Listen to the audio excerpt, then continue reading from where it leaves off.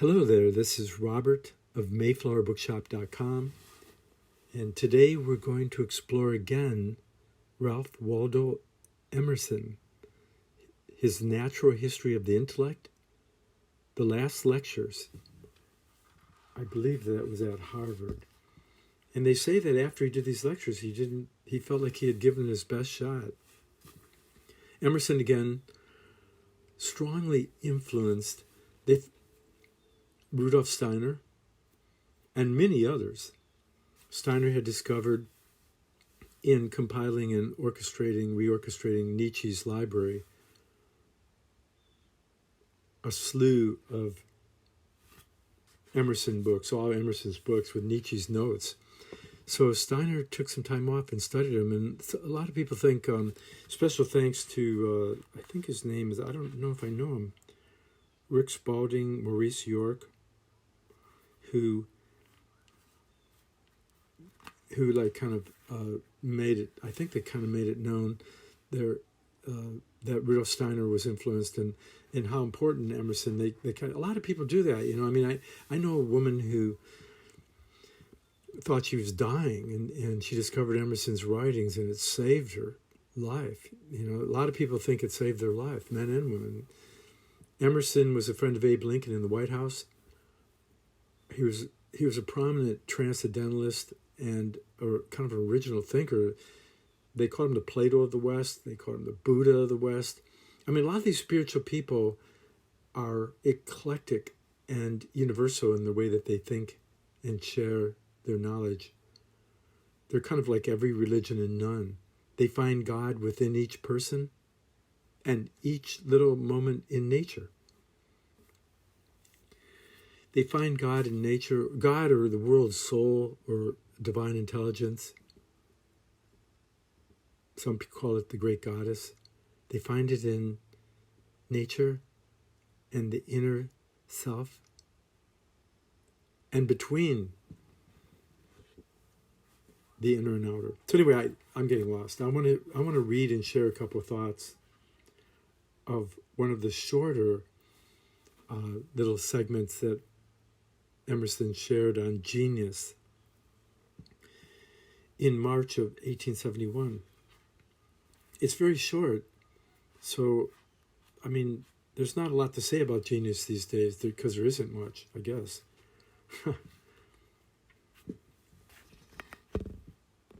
In looking at Ralph Waldo Emerson's astrology chart, it's kind of interesting. I thought I might share a couple thoughts about that before we get into the genius of Emerson. He had a sun in early Gemini, where Neptune and Pluto conjuncted in the late 1800s. So that gave him the pulse with the personal and the collective. He could actually speak and kind of cognize the individual personal and the collective. And that is an influence that Rudolf Steiner and Blavatsky and Gandhi, I mean, a lot of people find it.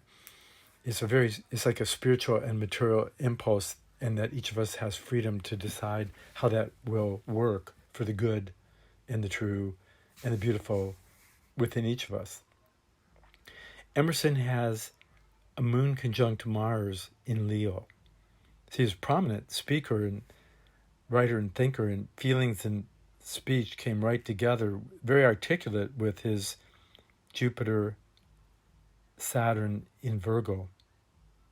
And Uranus was conjunct Dark Moon Lilith. I think Dark Moon Lilith is originality that innovates and transcends the collective unconscious, or it gets swept into the instinctive collective unconscious. And Emerson's Libra rising sign,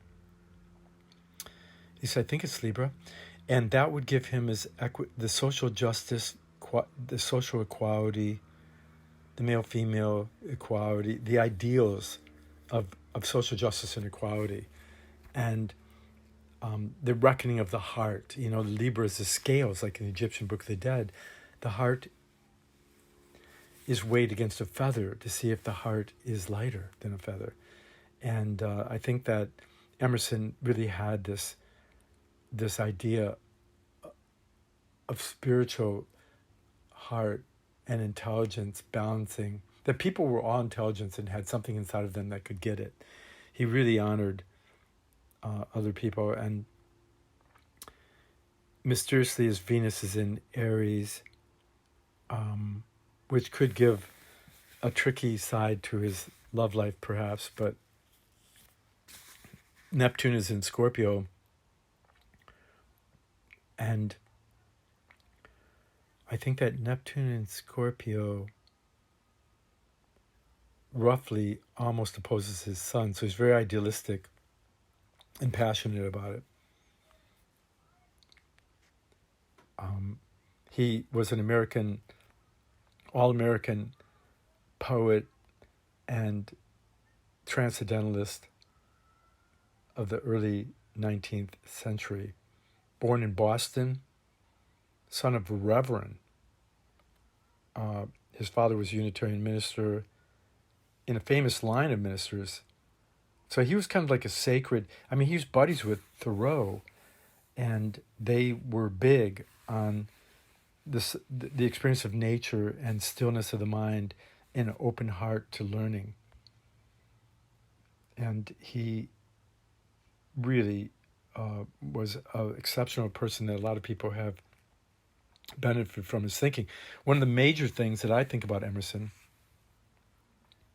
is how he never uses buzzwords of any religion.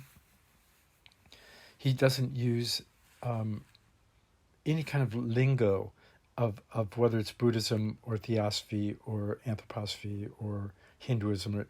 He does a little bit, like try to Americanize some of these ideas because we lack words. Emerson really was creating a way of explaining the direct experience of the spiritual soul with the inner and outer worlds. Emerson's dad called him a rather dull scholar. And his father died just short of his 8th birthday. And he was sent to a Boston Latin school at the age of 9. He's got some pretty interesting... it's not what happens to us, it's what we make of it. And I think that Neptune opposing the sun is the disappearance of the father and his finding himself with the great mother, nature, and that he kind of like is a father of philosophy in a way, and clear thinking. And he had a falling out with Abe Lincoln because Lincoln wasn't freeing the slaves. And when Lincoln did the Emancipation Proclamation, Emerson wrote a great poem about it and reunited. So Emerson with that moon Mars can be kind of feisty in a solar sunshine way. And that Libra rising in Gemini sun is definitely some kind of looking for creative equality. So with that, let's return to a very interesting passage on genius. You think of genius. What is genius? That somehow you have like this greater light or spark that shines on situations or moments or things or experiences. Genius, the fire of the angelic, wonder and awe, and something that connects us. That's like that lightning rod, that spark of Zeus that connects heaven and earth.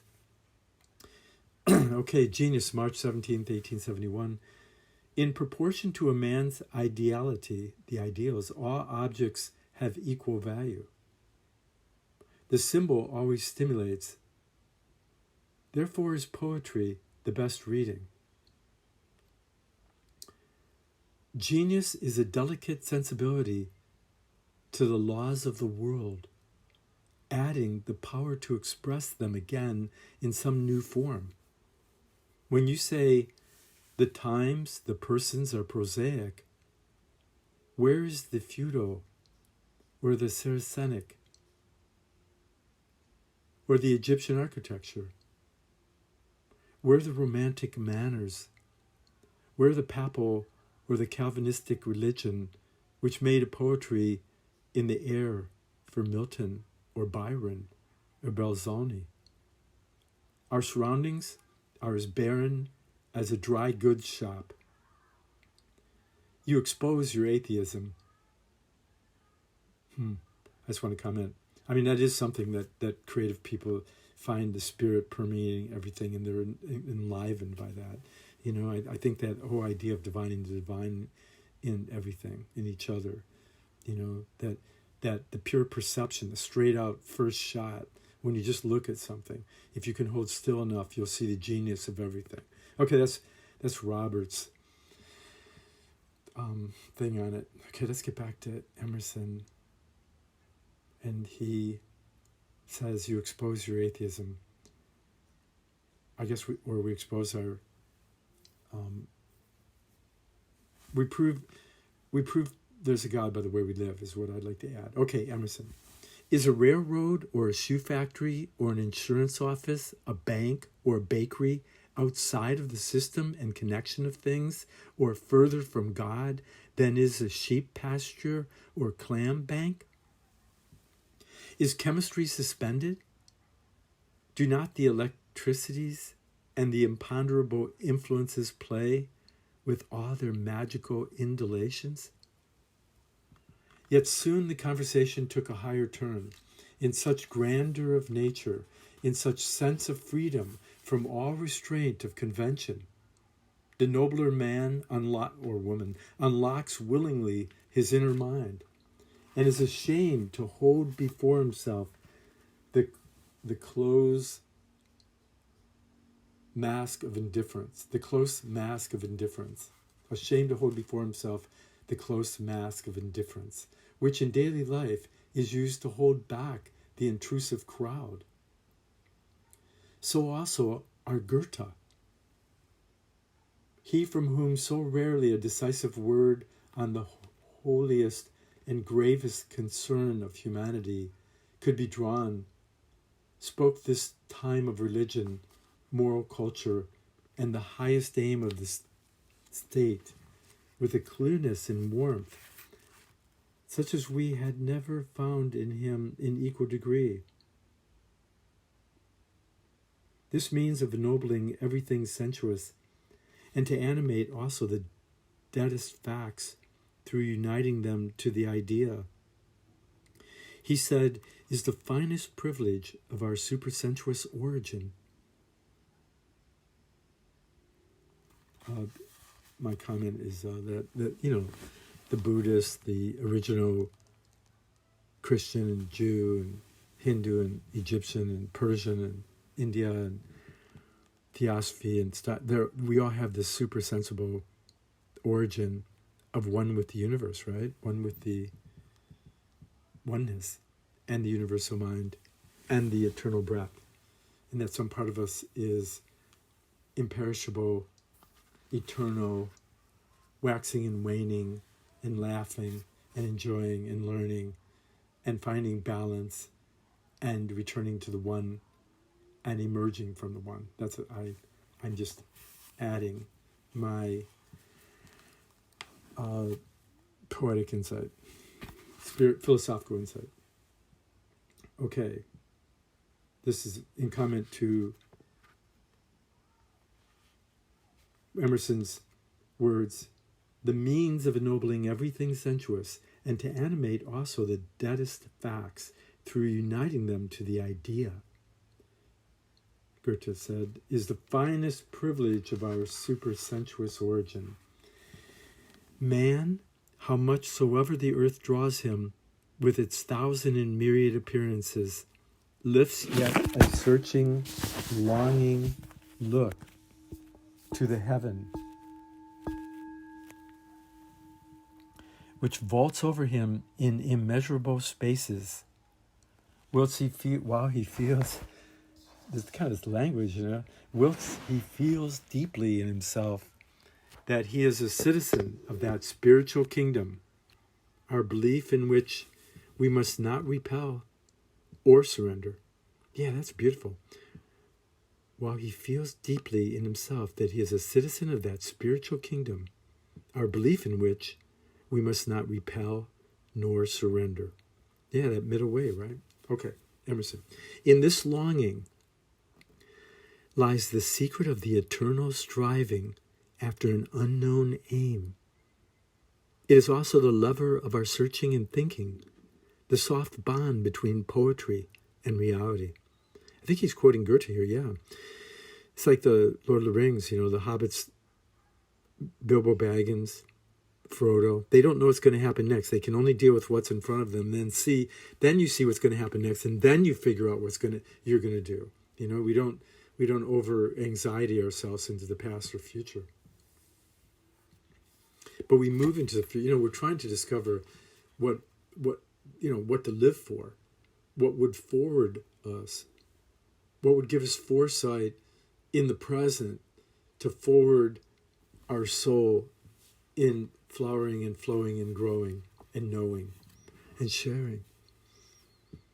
Gardening, yeah. Okay, I'm getting carried away. Let's go back to Emerson, the bond between poetry and reality. He quotes, okay, Emerson, genius is not personal, it is human. The apotheosis of man, woman, Socrates, Michelangelo, Newton, Jesus, Pascal. It lies close to being. The superiority of the man is in the simplicity of his thought, that he has no obstruction, but looks straight at the pure fact with no colored opinion, so that compared with him, other people appear to be walking in a fog. The genius has the gentleness and simple manners and direct speech of childhood, far from the assumptions of public favorites. It does not cost him or her to see better than they, and he has might by his mere reality and gentleness. Parmenides, I think that's how I say it, Parmenides, Greek somebody, thought the peculiarity of divine souls to consist in their being younger and at the same time older than themselves and other things. Wow. Yeah. The peculiarity of divine souls is to consist in their being younger and at the same time older than themselves and other things. Talent costs exertion. Does something. It does something. Genius is. He or she cannot help his or her power and never needs to see to the proper recognition of dignity. The greatest men and women impressed by their presence, by their being. The people fell back from Jesus. They who would have resisted him if he had made defense. High genius is always moral. Probity is its ground. And even De Quincey, not a very clear-sighted critic in this direction, said, genius is talent, impregnated by moral sentiment. I might add that Aristotle and some of the Neoplatonists, the mystics, they consider that ethics is how we live to create a better future, and morality is based on the learning lesson of the past. And these are two different things. My first spiritual mentor thought ethics were really important to create a better future. Okay, let's go back to the genius of our friend Ralph Waldo Emerson, The Natural History of the Intellect. Thought I'd ring a little bell. I think when genius sparks our empty heads, you hear a bell. Okay, Emerson. True bard and simple as the race of heaven-born poets always are. True bard and simple as the race of heaven-born poets always are. When stooping from their starry place, their children near, though gods afar. Burns was a man of genius, and with whatever frivolity spotted, had this clear humanity and natural religion, which made it easy for him, amid whatever trivialities, to recover himself and say the simplest and noblest thoughts in language that cottages and palaces could equally accept.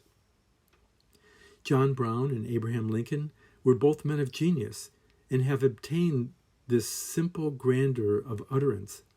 The surprises which genius has for us are in the homeliness of the fact and the large scope of fruitfulness of the thought. Any path, every path, leads through nature. Steiner says every spiritual path leads from, through, or to the heart. That's very true. The Sufis kind of say that too, don't they? The winged heart. The breath unites the two wings of the head and heart, I say. Okay. The simple grandeur of utterance. Emerson. The surprises which genius has for us are in the homeliness of the fact and the large scope of fruitfulness of the thought. Any path, every path, leads through nature. A generalization may be made from every fact truly seen. How we value in children silent tenacity of their thought among the frivolous mates who are only eyes and forget every moment the last object in the new, and forget every moment the last object in the new, or renewed, right? Maybe I should help. It's rare, but we could even help Emerson rewrite a couple little things, I think. Okay, maybe not. Society is made up of men of talents. That which sleeps in them is genius. And the use of metaphysics is in every way to lay bare this fact, and if possible, awake this slumberer and subordinate these two proud and busy hands to the God. Remember when Jesus says, "You're gods in the becoming," and it says it in the Old Testament, right here he says, "Be busy hands to the God." The Neoplatonists, of course, in Hermetics, which he studied, the God was really the virtues. The virtues are the experience of the gods. In the Voices Silence talks, I talk about the 6 virtues and the 7th being prajna. The wisdom grasp of the whole thing from a selfless nothing position, if you get it. Okay. Talent creates an artificial position with noise, but the gun can defend nothing but itself. Yeah.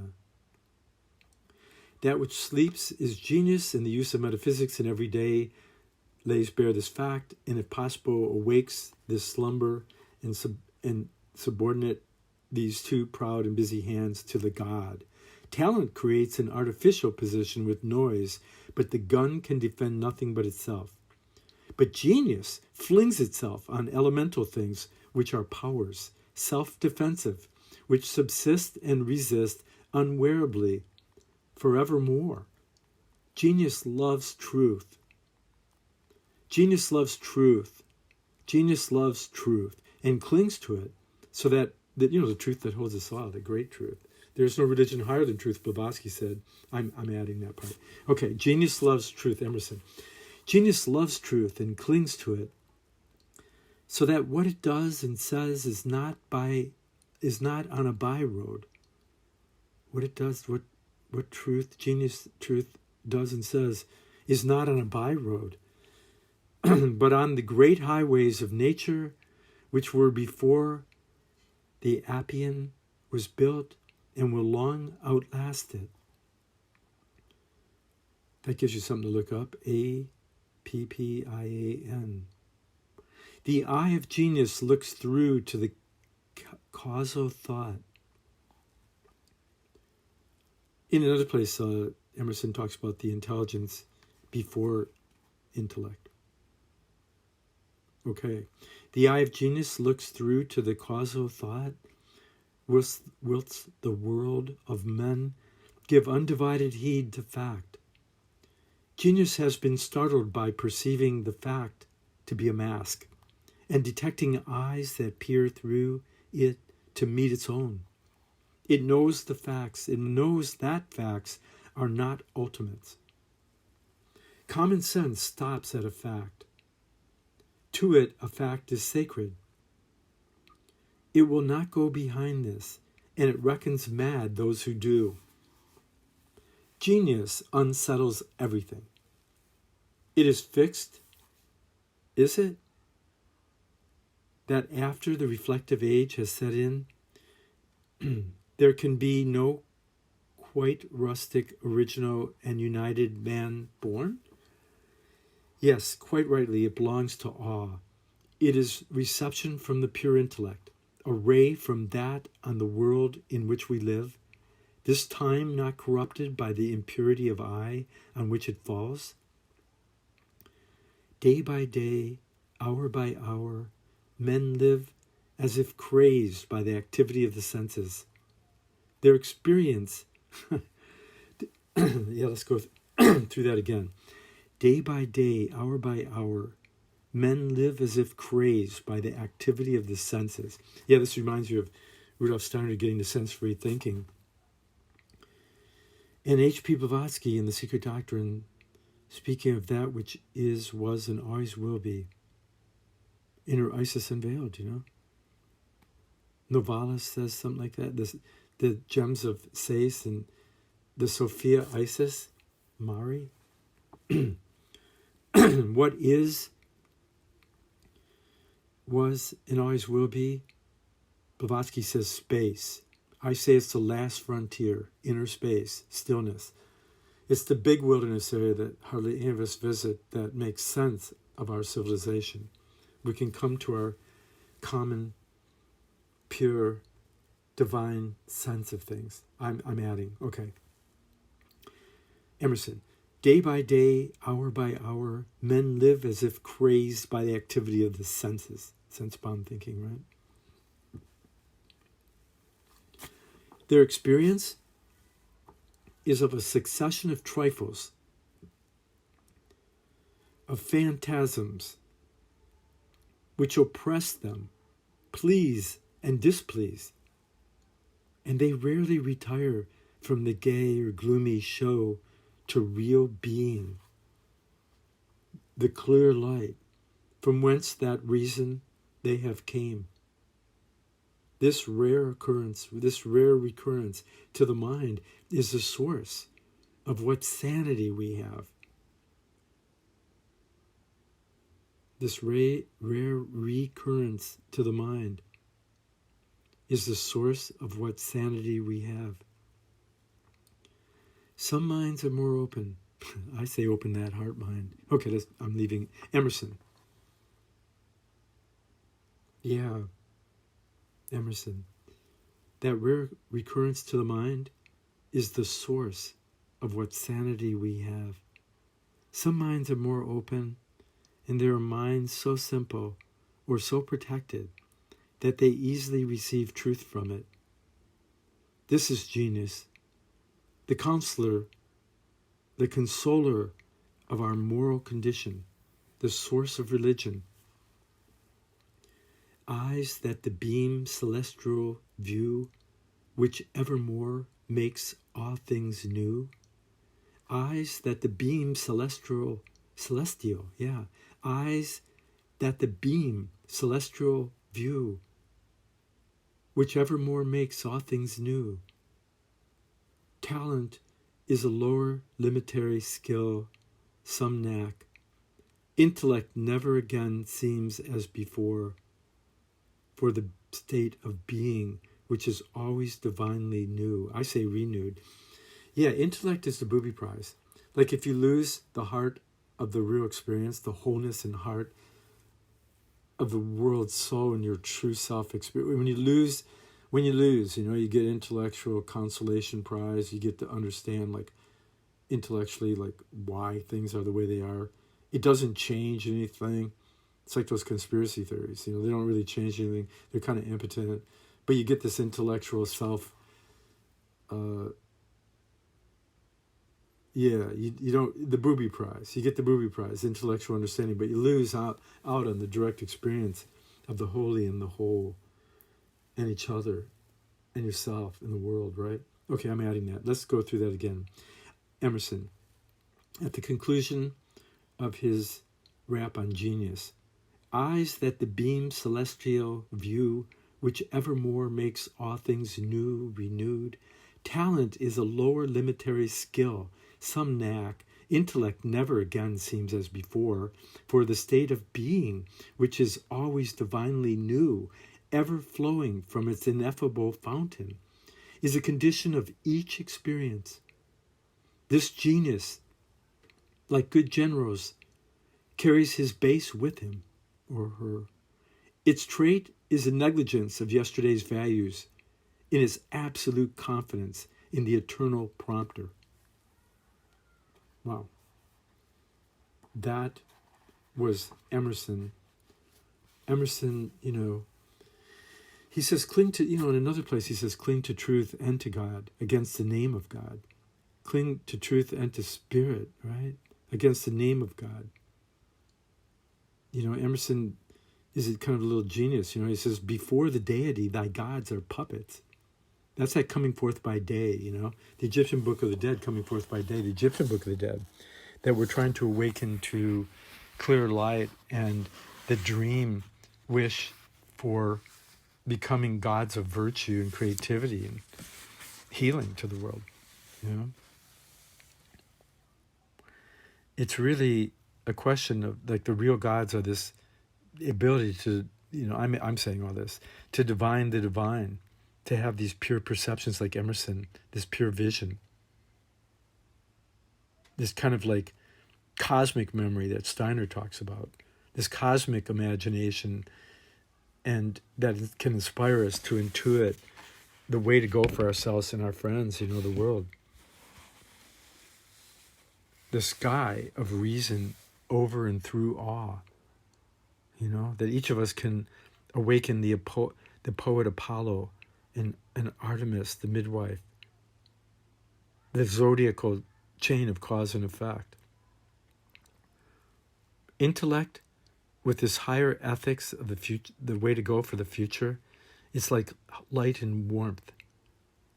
It's like cosmic memory and thinking that is pure perception into the future. Truth, whose center is everywhere, whose existence we cannot disimagine. Emerson says that. Truth, whose center is everywhere, whose existence we cannot disimagine. It's hard to disimagine love and truth and that somehow we're going to make it, isn't it? That's the spiritual calling. Truth is, the higher truth of our spiritual souls is the soundness of health and of all things.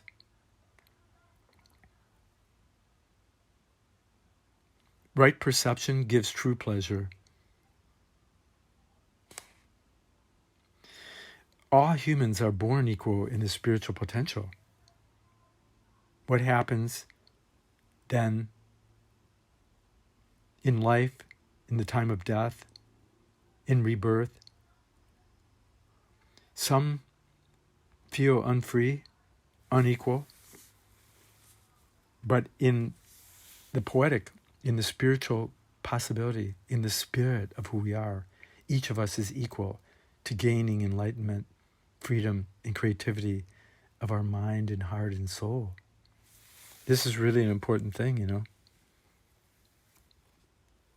Conspiracies, Emerson points out, are conspiracies to win from nature without paying. And this is a huge problem of pirating mineral rights and pirating the world and some kind of weirdness to get something for nothing and not even share. I mean, it's a huge problem. And we can only really begin with ourselves. Pythagoras says to remember to be sober and to be disposed to believe, for these are the nerves of wisdom. Yes, a heart that sees, a mind that perceives, the heart that perceives and a mind that sees the inner spirit of things, the genius that frees, yet deeper still in the will of humankind. We can divine a kindling fire that frees us, frees our creativity to be co-creative with each and all, with truth and love, with compassion and wisdom, to be incarnated fully in this earth. This earth is a proving ground that heaven can be born from within ourselves. I say to you.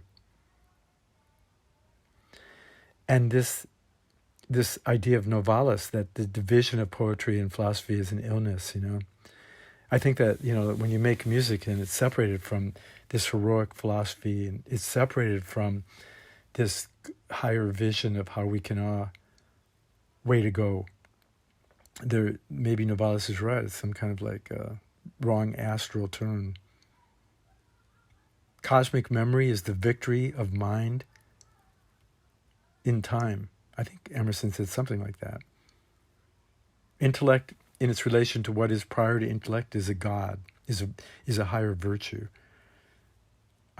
Emerson said, and I'm kind of adding to it.